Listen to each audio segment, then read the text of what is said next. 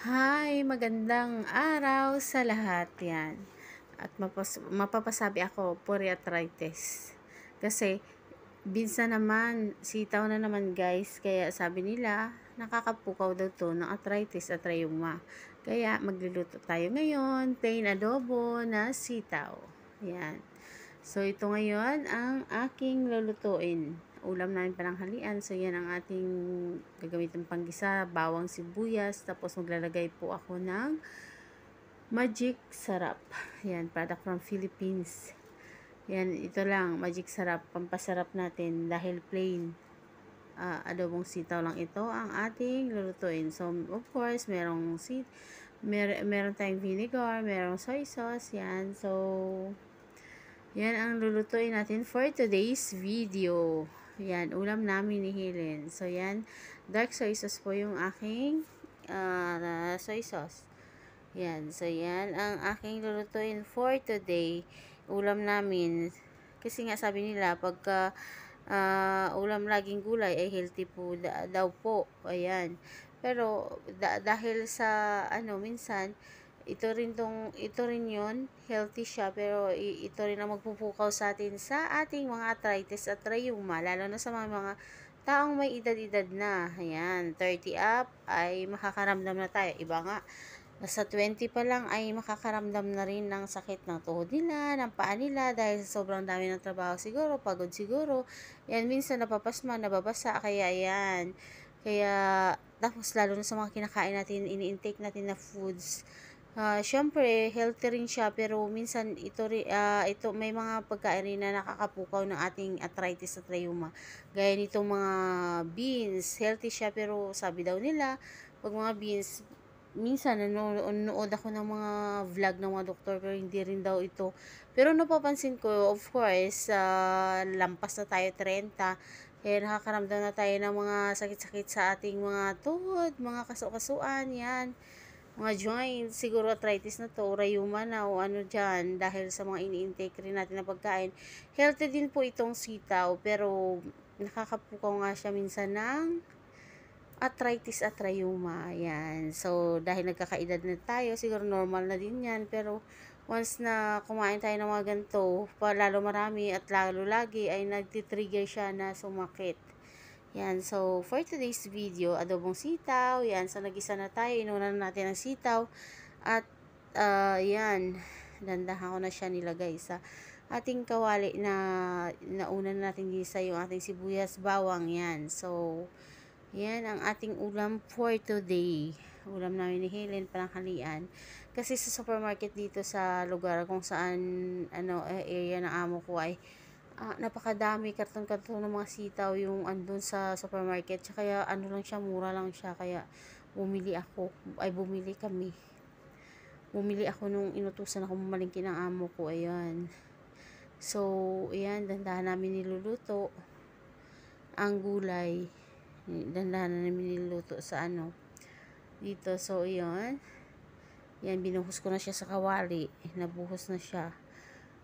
Ayan siya guys. So, yan. Ang ilalagay ko lang ay toyo at suka. Pero unahin natin ang toyo kasi ang suka, pag nilagay natin ang una yan, hindi lalambot yung ating sitaw dahil nga maasim siya. So, dapat unahin natin yung toyo, tapos timplahin na natin. Yung dyan, hindi na tayo maglagay ng tubig o ano pa man dyan.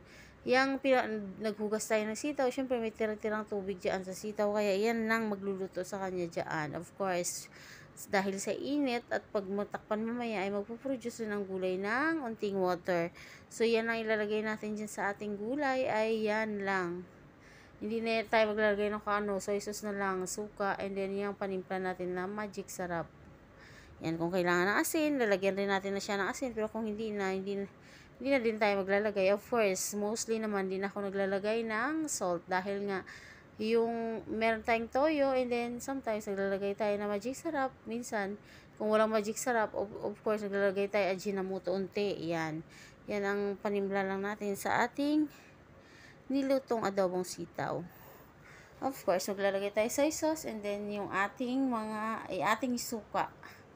Kasi normally sa adobo dapat medyo may alat-alat at asim.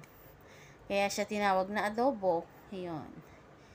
So, healthy naman tong ating pagkain. Kaya lang pag nasobrahan tayo o di kaya masobrahan tayo ng kain nito ay minsan makakaramdam tayo ng kirot-kirot sa ating mga paa, sa ating mga tuhod. Dahil nga nagkakaedad na tayo, lalo na mga past 30 dyan, ayan, past 30 and up, yan. So, no, sila kalimitan ang nakakaramdam ng sakit-sakit ng kasukasuan, ng mga binti, mga joints, mga tuhod dyan, mga paa, dahil nga natitrigger na ng mga kinakain natin ang natin dyan, arthritis at rheuma. Yan, sabi nga ng friend ko, yan, sitaw sa umaga, sitaw sa tanghali, rheuma sa gabi, yon. So, yan ang ating menu for today. For today's video ay adobong sitaw. Yan. Sa Tagalog ay sitaw, sa Ilonggo naman ay balato ang tawag namin dyan. And then, sa English, string beans. Yun. So, dahil dito tayo sa sa Kuwait, yan ang tawag dyan. Siyempre, dyan sa dyan nakalagay dyan sa price tag dyan, string beans. Kasi string beans naman talaga to pag sa English, yan. Hindi ko alam kung ano sa Arabic ito. Ang sitaw. Yan. So, maglagay tayo ng magic sarap. Yan ang ating pampalasa. Dito tayo maglagay ng asin dahil nga meron tayong toyo. Toyo lang at suka at magic sarap, yan na sapat na yan. So, healthy naman to yung food natin for today. Pero, yun lang. As I said, medyo hindi siya, wag tayo magpasobra, lalo na, ayun. Of course, tested and proven naman, dahil nga, lagi kami kumakain ito.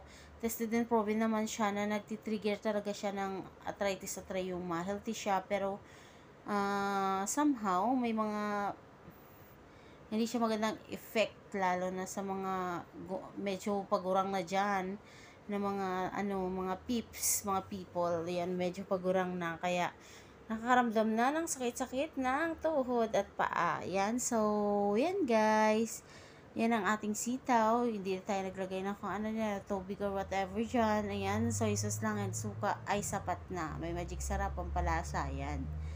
Yan ang ating, yan. So, lagyan na natin ng toyo ngayon. Saktong-sakto lang. Baka umalat. O di kaya, sobrang dark kasi itong soy sauce. Kaya, kailangan di masyado siyang black. Minsan mga toyo dito, parang walang kulay. Pero ito siya, so dark. Dahil nga dark. Of course, wala namang dark na light. Kasi nga, dark soy sauce nga siya. So, dark talaga siya. Like sa mga soy sauce dyan sa Pilipinas, yan, dark. Pero mas darker ata ito dahil nga dark soy sauce nga. Mostly kasi yung mga soy sauce dito, pag hindi siya dark, normal lang. Alam mo yung hindi siya black siya tingnan, pero pag nilagay mo, hindi siya umiitim. Parang unti lang siya nag-dark. Lang siya, hindi nag-iitim unti, pero wala siya talagang effect, parang ganun. Pero medyo maalat. Pero meron mang mga less salt dito ng mga soy sauce. Yan. Sa Kikuman, meron siyang, salty, merong less soy sauce, ay less salt, pero itong nabili ko ngayon, sakto-sakto lang siguro itong soy sauce na to siya, pero dark lang siya talaga. Yan, so yan ang ginamit ko. Yan, ako rin ang bumili niyan. Minsan ang namamalingke, kaya ako rin ang bumili niyan. Ako rin pumili niyan.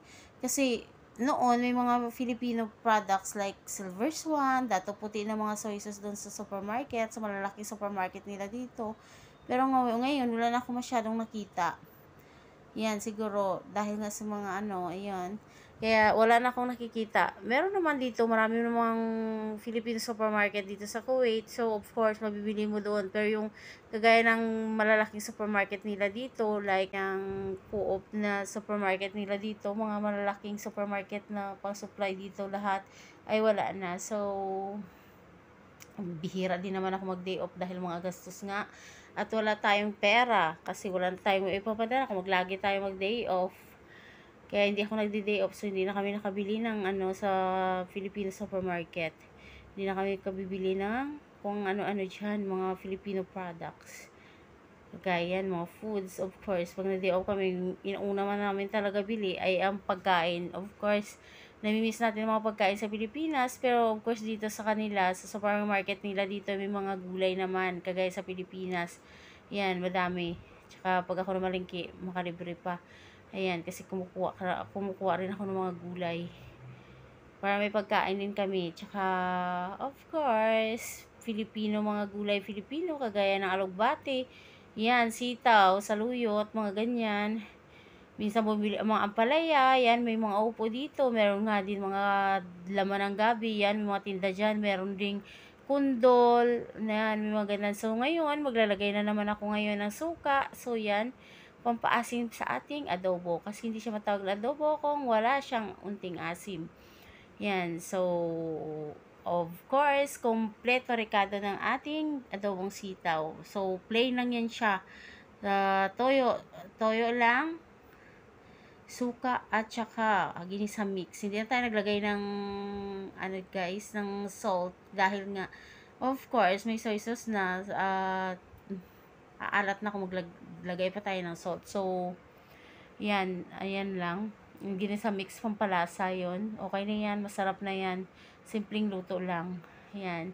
So, ang ulam namin po ngayon ay sitaw, adobong sitaw na medyo, ano siya, medyo tagilid sa may mga arthritis at rayuma. Kaya guys, mega love shoutout sa inyo dyan. Sa may mga arthritis, huwag mo sobra kain ng sitaw. Dahil kung masobrahan ka kain ng sitaw, sigurado, sitaw sa umaga, sitaw sa tanghali, rayuma sa gabi. Yan. So, eat now, yan ang sinasabi nila, na pag lagi ka kumakain nito, eat now, aray later. Yan. So, but this is healthy naman. Meron siyang unting slightly, bad effect sa may mga arthritis pag lagi kumakain ito, pero this is healthy to our health. Yan. So, lalo na plain po ito, yan. Healthy ito. Pero, sa mga gurama dyan, sa mga tigolbangers, dahan-dahan kayo kain ng mga beans dahil healthy nga ito, pero pag nasobrahan ka, yung arthritis mo ay sigurado ng eat now, pain later. Kaya, mega love shoutout sa mga nanonood sa aking video na to. Yan. Andito ako, ang inyong lingkod. Mag-share ng aking recipe for today's video. Yan, adobong sitaw na dahan-dahan ng may mga arthritis at rayuma dahil kung masobrahan kayo nito, sigurado sa gabi ay aray. Yan, guys. This is, sa mga bago sa aking channel, please don't forget to subscribe, like, and comment po. And pa-updated kayo sa next video ko, yan. Please hit the notification bell, choose all po. Para every time na meron akong upload, ay maa-update po kayo. Yan, mega love shoutout sa inyong lahat. Thank you so much, and thank you for watching my video, guys. Yan. Sa ulit. Bye!